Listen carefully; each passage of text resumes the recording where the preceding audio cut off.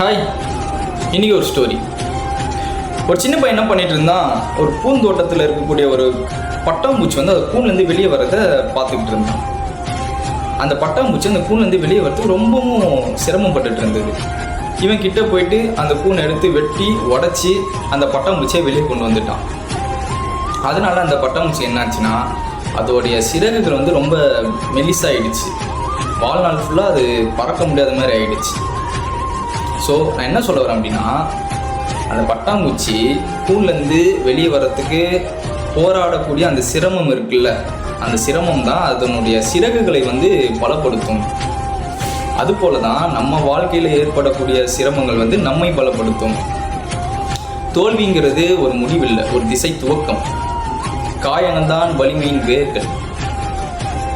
So இந்த story பற்றி நீங்கள் என்ன நினைக்கிறீங்க அப்படின்றத கமெண்ட் பண்ணுங்கள். இந்த வீடியோ உங்களுக்கு பிடிச்சிருந்தா மறக்காமல் சேனலை சப்ஸ்கிரைப் பண்ணுங்கள், லைக் பண்ணுங்கள், ஷேர் பண்ணுங்கள். பாய்.